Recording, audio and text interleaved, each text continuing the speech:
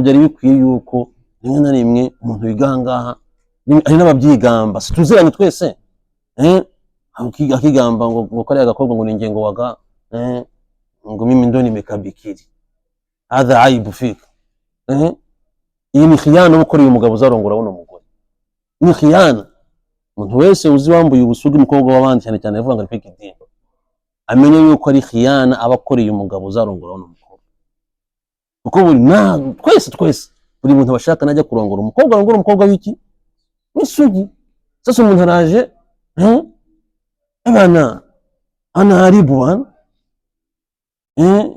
imigozi akayishwanyaguza Allah subhanahu wa ta'ala azamubaza iyi khiyana ntabwo bikwiye ibi byakozwe n'abantu b'ibyomanzi ntabwo bikwiye nta nubwo bibaho nabo ntabwo bagombye kubikora ariko no kumva ngo mushehe ko ndabizi zino gusozi zirahari ndabizi turaziranye twese hano ba aho niba ari kubikiri Allah subhanahu wa ta'ala azababaza murabizi hadisi zibuza abantu dhawaquna wanadhuku ntabwo ari ibintu biri byo ba niba uri kumva wamaze kubyimba rongora umusore wamaze kubyimba rongora kabisa nta n'umuntu kubaza nta hose uburenganzira umukobwa niwe ubyiri wawe ariko weho uramenyesha wakora iki ngewe ndi kumva namaze kuba umugabo rero wigidini uri guheheta inyuma y'udukobwa n'iki ibyo byose byo kudutesha agaciro abandi Islam turubashwe twize ibintu by'icyubahiro ntabwo shehe agombye kugaragara mu bintu by'abagore biraho ngaho udukobwa ngamacati oye urarongora kandi abakobwa barahari bagushaka niba kandi kumva utari muri izi nzira bitari byageramo nta bushobozi ntaki keep quiet bajya gufata abana b'abandi uri kugenda uri kubeshya abana b'abandi oya biradusuzuguza kandi abanyacyubahiro atusuzuguza mu ngo ibiki n'ibiki rero ibi bintu nabyo byo kuzanga amakopinage ngo ibiki kuvuga ngo wizi dini ngo hafiz al-Qur'an ngo wifade hadisi bikura baraka kugenda kwirukanga nyuma y'uko bikura baraka muri bintu turi kwiga ibi nabyo ni hahandi twavuze gukora ubwo nari nagarukaga kuri kiriya cyo gusa na Mtume Muhammadin sallallahu alayhi wasallam indi nama wenda natanga nihuse tunagana ndakeka tugeze hagati turugana ku musozo no gutekereza kuri suratul asr na shaykh abantu bari kwiga idini dutekereze kuri suratul asr suratul asr iriwazi Allah yarahiye kuri asri ku gihe arangije yerekana yuko umuntu innal insana la fi khusr yuko umuntu muri rusange ari mu gihombo no mu kaga n'amakuba ariko Allah yavanyemo abantu b'ingeri enye illa alladhina amanu tugomba kugira imani abandi b'Islam Sheikh biraryoha kubona umuntu wese dina afite imani turabizi habimenyetso twera ko umuntu afite imani muri hadisi Imam Muhammad sallallahu alayhi ivuga ati idha ra'aita rajul yata'ahadu al-masajid fashhad lahu bimadha bil iman nubona umuntu kuri swala y'ijama umuntu talibul ilm kusafa ya mbere kabisa hari nyuma y'imam agomba kundi swala agomba kundi gusoma Qur'an ko dushaka twige bino bintu ariko twere gusa nabyo aribyo mwagiye mwumva turufana abantu turi kubyumvikanaho abantu bamara kwiga idini bakajya kuzana ibintu bitari imugu yani biri ko ahubwo bitandukana n'idini Sheikh wizi dini agomba kuba kusafa y'imbere ahangaha ntabwo nagarutse cyane kuri mazahir ari uburyo agomba kugaragara tutugofero twaye tudupfobya Sheikh agomba kuba yambaye ingofero nziza agomba kuba yambaye ikanzu kandi nisfu sake kabisa bana sunna bana nuguri kwacu Sheikh mutumeni wacu nta muza tubuza kumukunda hari ibintu rimwe na rimwe muri iyi minsi bidusuzuguza bigatuma tujya hasi Sheikh agomba kuba agaragara nka mutumye agomba kuba agaragara nk'umusahaba amagambo avuga imyitwarire ya akhlaq afite akhlaq ziri samiya zo hejuru buri wese akavuga ati umuntu n'umuntu w'idini akunda Imana kumugaragarira wenda ibindi by'indani Allah niwe ubizi n'inyanga mugayo ntabwo ari indyarya umwise amafaranga yagusubiza hateranya abantu aroroshye afite tawadu ntabwo afite kiburi ntabwo ajyanisha abantu nta mutima muba afite akunda abayisilamu hari imico Sheikh agomba kuba afite tukunda abayisilamu illa alladhina amanu ibyo ni imani Sheikh agomba kugira imani vandi y'Islam buri abayisilamu akavuga ati muri kano gace dufite imani ni Sheikh ariko abantu barajya kubaza dufite imani wavuga izina rya Sheikh wakunze kuvuga hano ati kundi kuvuga Sheikh akavuga ibi byagenze bite ugasanga hari mamuma batura mamuma kabisa ni sawa oya izi sifa za imani zagombye kugirwa na sheikh illa alladhina amanu wa amilu salihat tugakora. Sheikh ntabwo iyi ilmu kiri kujya kuyivuga kwa gatanu mu mawaiza kuri mimbari, la iyi ilmu kwa sheikh no kwa sheikh agomba kumenyekana n'abantu bagomba kuhubaha bakagira igitinyiro. Harimo gukora ntabwo bitewe ngo tuvuge ngo umuntu ajye hariya ngategure buhuth ilmu gusibe mu kuvuga. Muramana muri minsi abantu bose baravuga social media ndakavuga gashira hariya, ariko bikeneye ko bigaragara tatbiq tugakora. Ndakeka hadisi murayizi ari naho abamenyi bakuye amwe mu magambo ngo wa alimu bi ilmihi lam ya'malu mu'adhabun fi an-nari qabla ubadu al-wathan. Reka ijambo murarizi, umuntu uvuga ngo yarize ariko ilmu ye ntiyashira mu bikorwa, nguyu ni umuntu muri imbere y'Imana, ngazanahanwa umuriro uzamwakiraho mbere yuko abantu bashirikina batangira guhama. Uko umuntu ni muri imbere y'Imana, uragiye urizi bakwishije matière urazifite, ariko ilmu itashije agaciro ishize hariya. Tugomba gukora abavandimwe b'Islam, ibi twiga ngo mutume yarameze gutya, abaswahaba bameze gutya, tugomba kubishira mu bikorwa twe bikatugaragaraho bati uriya muntu kameze kuriya yizi dini, uriya muntu katuje kakunda yizi dini, uriya muntu yizi dini. Ntabwo uri kujya kubona sinzi umuntu yizi dini ngo niwe nyema bavugaga ibintu muri mu dukorwa tw'abandi, ngo niwe nguri hari n'ibindi numvisho bitari byiza. Sinzi wenda ko nevayo ko nabivuga, ariko njya mbyumva aho kumva umuntu wizi dini ngo ni umufubuzi. Astaghfirullah. Sibajya mubyumva, niyo mpamvu mvuze reka mbivuge ko bajya babivuga biranazwe. Nta makosa akomeye cyane. Apana Sheikh, ubwambure bwawe ni icyubahiro cyawe. Abo wizi dini kugenda gufungura amakariso buri kanya unaonesha vitu. Apana, ugutakaza agaciro Sheikh. Niyo mpamvu batakigira hiba. Cyari umuntu wiga idini wamubonoka ukanamutinya abantu no kumwegera no kumusuhuza n'icyubahiro. N'abantu bateka n'inyama umusosi mwiza bakabanza bamujyanira abantu. Lakini nanjye kuvuga lakini alhamdulillah mumenipatia agatende, alhamdulillah tumenipatia nikakula kidogo, jazakumullahu khair. Cyera abantu batekaga isosi mbere yuko bayarura bakabanza bajyana kwa sheikh bana. Ariko no munsi kubera iki utwo duco tutari twiza abantu bari kugenda bari turi kugaragaramo ugasanga kagaciro karimo karataka. Ubwo ntabwo ari byo, ntabwo tugomba kubyemera, ntibizanabeho. Urumva umuntu wizi dini ngo ni umusore ngatorera ngo ibyuma ngo ibiki n'ibiki, aho kugira ziriya mbaraga zijyane muri ibada no gukora dawa n'imisozi ngaho kwitegura ngo dukorwa tw'abandi ngo tuzabyemera tutakubanye. Mugomba gutinya kintu cy'abagore bavandimwe b'Islam. Sheikh buriya mu bintu abamenyi bavuga nabyo wenda nane nabibabyire mu byumva, ibintu bitakaza icyubahiro cya Sheikh ni igihe Sheikh yafunguye imiryango y'ibintu bibiri. Gufungura umuryango wo koroshya ibintu by'abagore, kwahamagara, kwakorakora mu ntoki, bari mu buryo butari bwo. Navuze ngo ushaka umugore ujya kurongora, yani umushehe winjiye mu bintu by'abagore. Rimwe na rimwe n'amadarasa ukabona shehe abagore nibo bamukunda, hari bigisha ibintu nabyo bitariho bidafite biwe na sunna byo kugira gusa abagore bazi, yani abagore nibizo nshuti ze ni shehe abahuye na fitna. Umunsi uzabona shehe ibintu byose zabo, yani abagabo ntibajya bamukunda, abagabo ni bake, abagabo bamwumva n'abagore nibo abo yahuye na fitna. Icya kabiri, umunsi uzabona shehe ari umuntu w'amasadaka buri kanya murete sadaka, yani azuye sadaka gusa, nta yindi iri mu usibye sadaka, akanakurikira abantu mu ngo zabo, murete sadaka agahimba utuntu tw'uduporuje, yewe asa n'umuntu ugiye kubakira, hari umuntu wapfushije. Sawa, ibi tugomba gufasha abantu nibyo, ariko umunsi uzabona ari byo gusa bimushishikaje amafaranga y'abandi, azakora ikibazo gikomeye cyane.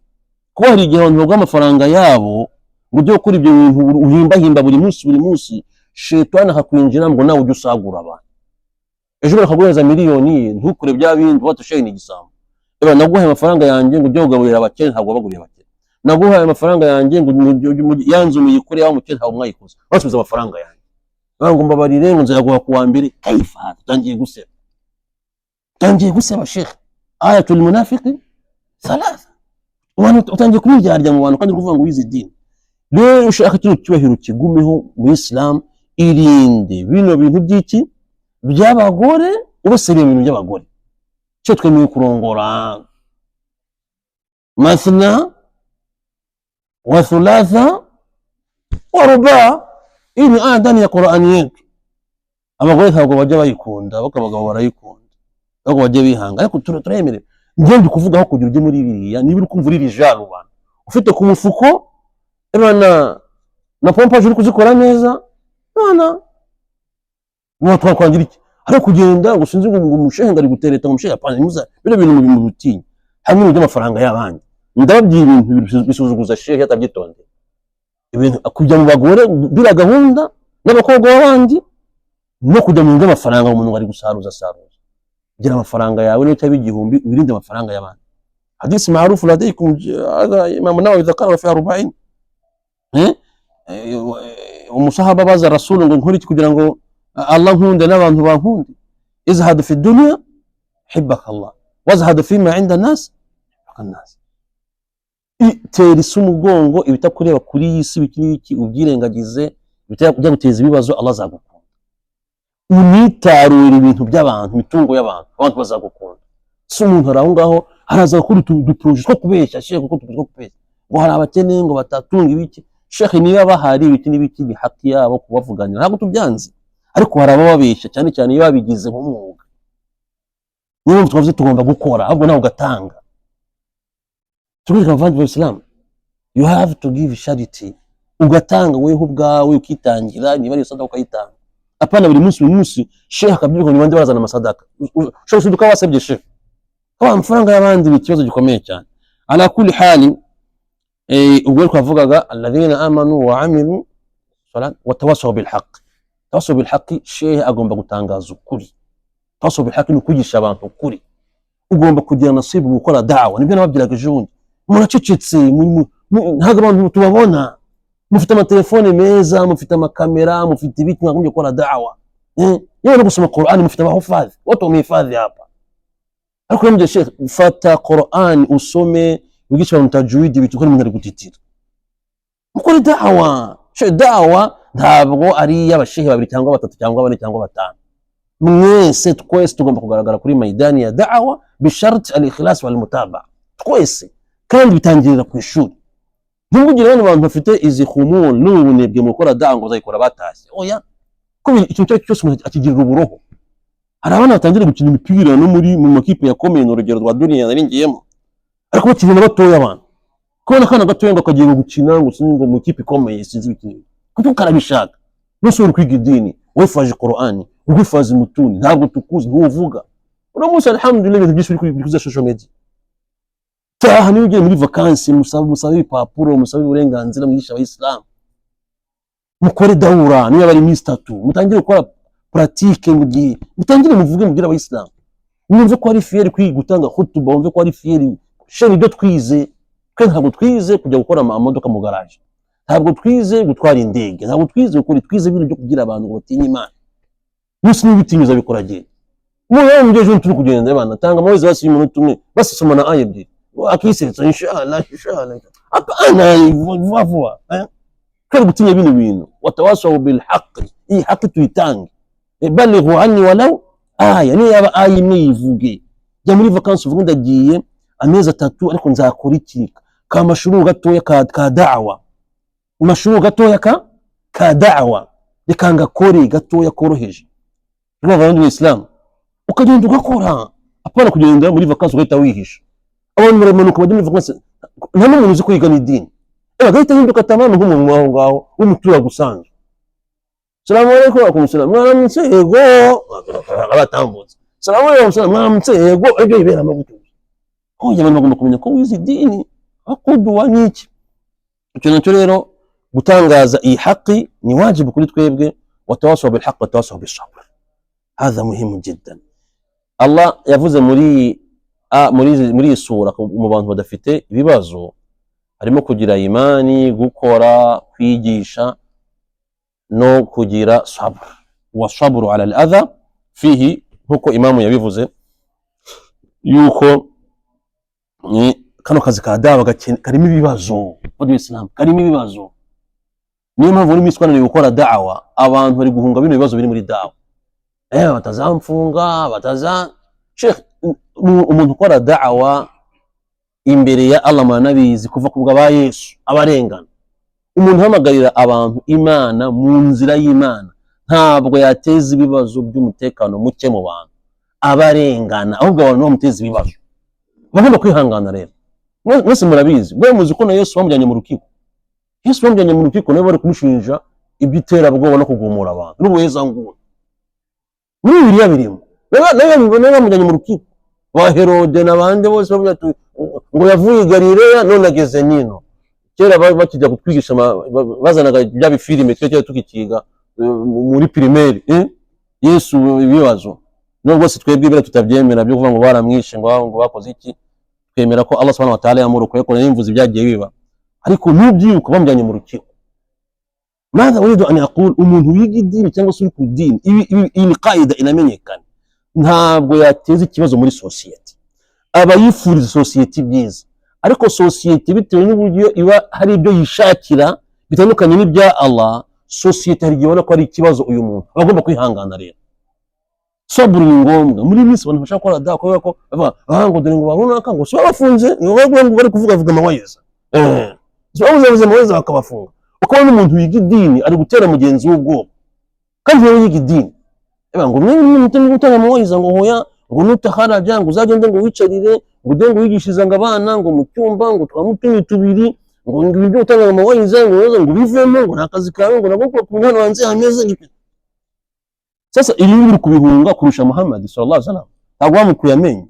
Uri kubihunga kurusha Yesu, urabihunga kurusha Ibrahim wajugunye mu muriro.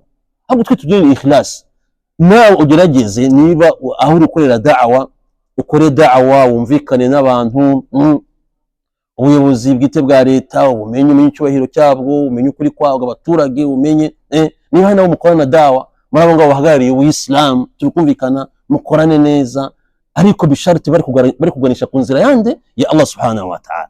Ubone uganisha mu bindi angaha n'ibindi, ariko ugomba gukora haje umuntu kugutera ubwoba. Kandi da'wa twese Allah subhanahu wa ta'ala yadufunguye mu buryo butandukanye. Hari abantu wenda Allah yahaye kado yo kuba bahifazisha abana mutuni barahari, hari abandi Allah subhanahu wa ta'ala yahaye kado yo kujya kuri mimbar agatanga amawayiza nabo bagomba kuyatanga aya kayisobanura neza. Hari abandi Allah subhanahu wa ta'ala yahaye impano zo gusubiza ibibazo no kugira abayisilamu bafite ibibazo bakabasubiza. Hari abandi Allah subhanahu wa ta'ala yakado kwandika ku mashini bakandika ibitabo.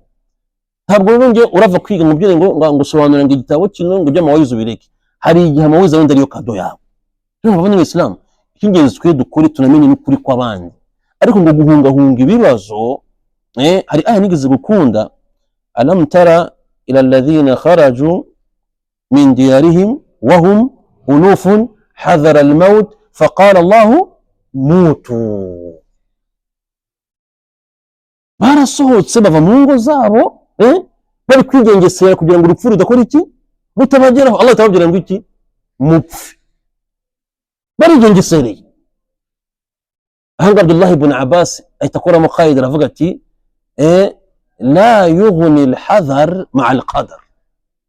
Uko kigengesera kose ngo kugira ngo ibi bitakugeraho ntacyo bimara iyo Allah yamaze kwandika ngo bizakugereho, ntacyo bimara.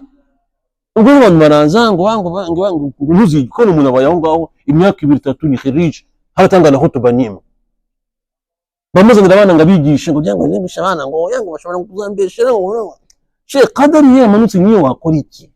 Icyingenzi wowe uzakisha kuri umwere tukumvikana ibinumvikana. Nta mushekhe wizi dini wizi azi maalumati wajya mu bikorwa by'iterabwoba abadan. Nta mushekhe wizi dini akiga bintu twiga azi mutume na aya na hadithi wajya mu bikorwa by'ubuhezanguni abadan ntabwo bishoboka. Ariko rimwe na rimwe hari ibyo abantu baba barimo rimwe na rimwe n'amafitna n'ibibazo ushuduka abantu kugenda bakakubekera kujugunya ibintu nk'ibyo ngibyo. Hari turabizi mu kwiga muri smart muri kwiga muzi kawaid, nta mushaka kwiga dini ajya mu bintu by'iterabwoba abadan. Ahubwo umushagwanya ibintu by'iterabwoba ko yize usul. Abantu bari mu bintu by'iterabwoba ni abantu batigeze biga usul fiqh, batazi imisingi y'igusobanukirwa idini yabo. Tukumvikana niyo byo mu bikorwa by'iterabwoba by'ubuhezanguni, ariko umuntu wize idini wisobanukiwe abadan ntabwo yajya mu bikorwa by'iki by'iterabwoba cyangwa by'ubuhezanguni cyangwa guteza umutekano muke mu bantu abadan, kuko yarize arasobanukiwe imisingi. Abantu batazi imisingi nibo babakushara mu bikorwa nk'ibyo. Ndi gusoza vani ya Islam kwa tuvuze kuri sabr mu gukora da'wa ni ingenzi cyane. Ntabwo tuzaruta intumwa n'abasahaba bagize sabr barihangana bahuye n'ibibazo. Nawe ntugire ngo uzakora da'wa idafite ibibazo. Iyo ngiyo Allah subhanahu wa ta'ala yayihaye Sulaiman, ariko nawe mu kuyimuhamuza uburyo nawe yapfuye ahuye n'ibibazo no mu gupfa kwe. Ubwo rero isi ibibazo byayo ntaho twabihungira. Mu gusoza numvaga nasozereza ku kintu cyo gukunda umurimo, tugaruka ahandi ho gukora. Gukunda umurimo ni ingenzi cyane. N'intumwa y'Imana Muhammad sallallahu alaihi wasallam ivuga mu bikorwa Allah subhanahu wa ta'ala yakunze igikorwa cya Dawud, ngo kana yaakulu min amali yadihi, yaryaga ry'umutungo ku byo yakoreye n'amaboko ye. Uno munsi abantu turi kuba abanebwe mu gukora. Sheikh, ntuzave ahangaha, bisubiremo, ntuzave ahangaha ngo umanuke utarapanze icyo ugiye gukora kizagufasha kubaho mu buzima bwawe bwa buri munsi, kizaguha riziki. Kuri munsi niyo mpamvu abantu bari gutakaraja, abantu bakabashuka ngo baze ngo babahe akazi mu ma ONG n'iki. Ushobora gukora ONG rimwe na rimwe y'abayibadi, ONG y'abashia, ONG y'ibiki, ugasanga ibintu wize imyaka ingahe yose bitesheje agaciro kubera riziki. Ngo se ndabaho gute? Ukajya mu ONG y'abakhwani muslimin bari kuvana kuri sunna, warize uri kuri sunna mu gihugu cya tawhid, utangira gupinga sunna. Kubera iki? Tangira gutekereza nakora iki. Abantu bacuruza imyenda baricuruza kandi bakabaho, ntabwo shehe hari haramu gucuruza imyenda. Abantu bakora igaraje bagakora akagaraje aho ngaho, bakajya abantu bakazana amamodoka bakayoza, umuntu agakora ikinamba, ntabwo ari haramu shehe gukora ikinamba.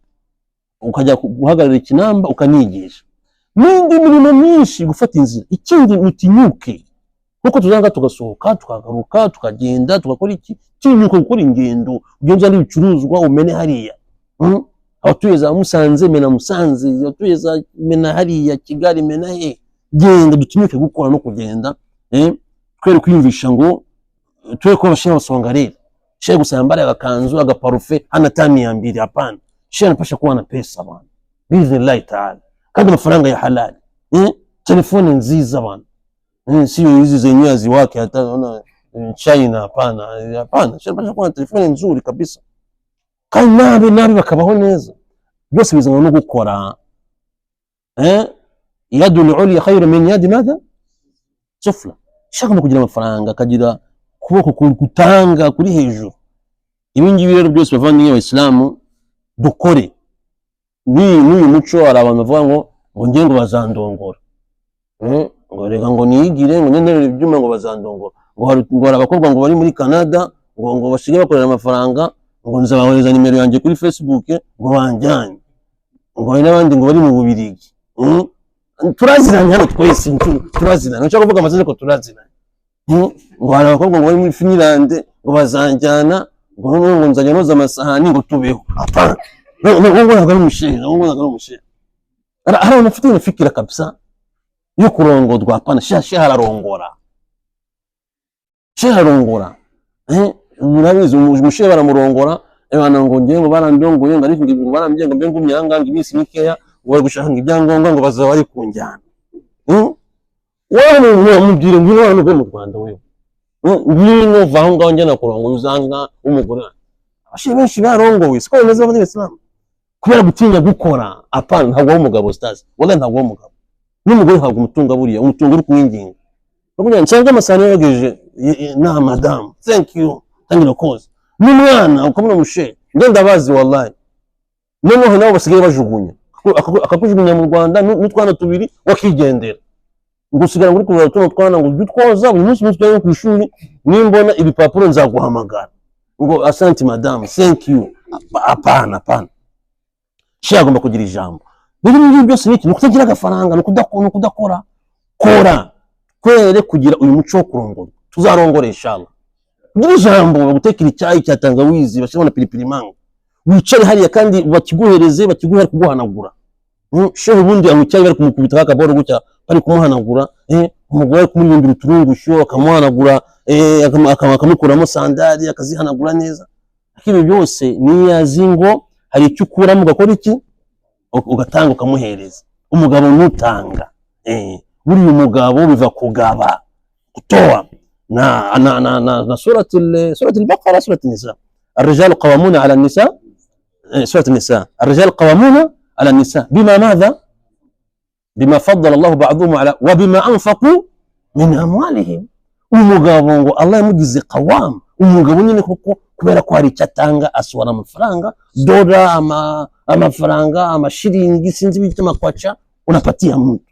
Tukumvikana bana, tubifurije rero ko abagabo mukarongora apana gukora iki kurongorwa khalas inshallah. Sheikh ni warongora umugore wahari iwacu woroheje ariko ufite ijambi wawe, apana ngo bitegereje ngo nzakubwira uzemere shini bakora ku bukarani. Wallahi usaba arabasaba bakora ku bukarani, bakajya gufata ibintu ku muhanda bakabigeza ku rugo rw'undi bakamuheza matiya kugira ngo atange sadaka. Wallahi bari bahari, ariko umugabo iwe akavuga ijambo aho kugira ngo uzagende ngo sinzi ngo muri Swaziland niho bazakujyana ngo umugore ngo yimutse ngo bamusubije ngo muri Nuza ngo muri Sweden ngo none ngo bitegereje ngo azakubwira. Utangiye kujya aho ngaho ukajya umwita aho kugira umwita umugore wawe kumwita mama, aho kugira umwita umugore wawe kumwita mama, byose ni gusuzugura bavanye wese. Nakwe gutinya umurimo kora dukore inshallah business kabisa. Ngewe nabonye umwanya nige njya nsudira, ngiye mfite akazi ko gusudira. Ngewe nabonye umwanya kabisa ari umuntu tugasudira tugakora imiryango nk'itatu, nkabona yanjye nkajya mu rugo mfite inyama zanjye n'inkoko madamu ndinabyimbye nyine. Ariko iyo wowe waguze iriya nkoko yakubwira ngo wicaye hariya ngo buritse ngo ndabandi ukubwira usanga urasuzuguritse n'abana ntabwo bakuba. Niyo ugiye mu nama uteye utagira akazi ugatangira kuvuga baravuga ngo shenga guteza umutekano muke. Yo ugiye mu nama ya famille bavuga shewe wero kuvuga, ahubwo muri umuntu cyangwa mukuru wawe wundi ufite akaduka hari ukora bakavuga ngo tumutegereze ngo nazana ngo inama iratangira.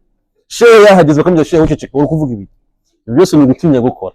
Ubwo inshallah wa sallam reka bashimire inshallah twaganiye byinshi ntabwo nzi ko turageza aha ngaha.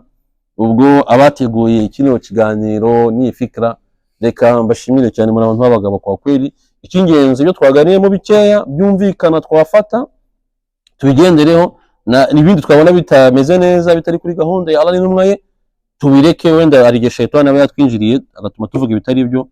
Gusa iyo twari twifuje muri kino kiganiro no kugirana za nama nziza kandi z'ukuri. Reka mbashimire inshallah muri abantu b'abagabo. Wallahu a'lam wa sallallahu ala sayyidina Muhammadin sallallahu alayhi wa sallam wa nas'al Allah subhanahu wa ta'ala an yuslih lana an-niyya wa dhurriyya wal 'amal. Wassalamu alaykum wa rahmatullahi wa barakatuh.